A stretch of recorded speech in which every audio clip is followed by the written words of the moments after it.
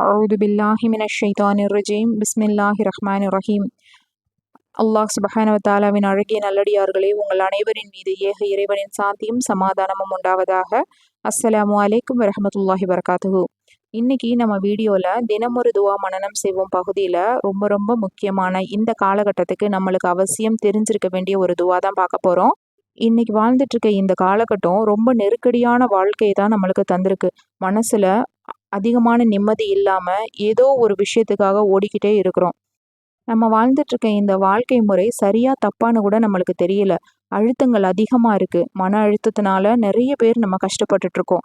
அந்த மாதிரி சந்தர்ப்பங்கள்ல நபி ஸல்லல்லாஹு அலைஹி வஸல்லம் நமக்கு கற்றுக் கொடுத்த இந்த துவாவை நம்ம ஓதும்போது மனசு லேசாகும்.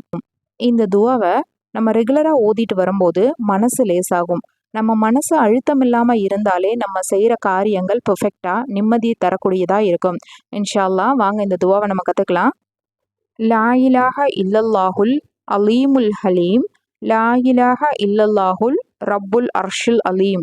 லா இலாஹ இல்லல்லாஹு ரப்புஸ் சமாவாதி வ ரப்புல் அர்ல் வ ரப்புல் அர்ஷில் கரீம். லா இலாஹ இல்லல்லாஹுல் அலீமுல் ஹலீம். லா இலாஹ இல்லல்லாஹுல் ரப்புல் அர்ஷில் அலீம். லா இலாஹ இல்லல்லாஹு ரப்புஸ் சமாவாதி வ ரப்புல் அர்ல் வ ரப்புல் அர்ஷில் கரீம். இந்த துவாவினுடைய பொருள்: அல்லாஹ்வை தவிர வணக்கத்திற்குரிய இறைவன் வேறு யாரும் இல்லை. அவன் மகத்தானவன், மிகவும் சாந்தமுடையவன். அல்லாஹ்வை தவிர வணக்கத்திற்குரிய இறைவன் யாருமில்லை. அவன் மகத்தான அர்ஷின் அதிபதி. அல்லாஹ்வை தவிர வணக்கத்திற்குரிய இறைவன் யாருமில்லை. அவனே வானங்களுக்கும் அதிபதி, பூமிக்கும் அதிபதி. சங்கைமிகு அர்ஷின் அதிபதியும் அவனே. இந்த துவா முழுக்க அல்லாஹ்வை நம்ம புகழ மட்டுமே செய்கிறோம். நம்ம இப்படி அல்லாஹ்வை அடிக்கடி புகழும்போது நம்மளுடைய மனசு லேசாகும்.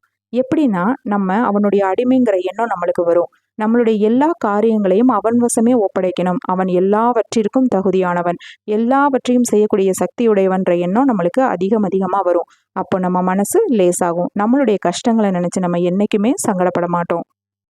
நம்ம வாழ்க்கையில் இருக்கிற எல்லா கஷ்டங்களையும் அவன் காலடியில் ஒப்படைச்சிட்டு நம்ம அவனை புகழ்ந்து வணங்கி நம்மளுக்கு கொடுக்கப்பட்ட கடமையை ஒழுங்காக செய்யலாம்.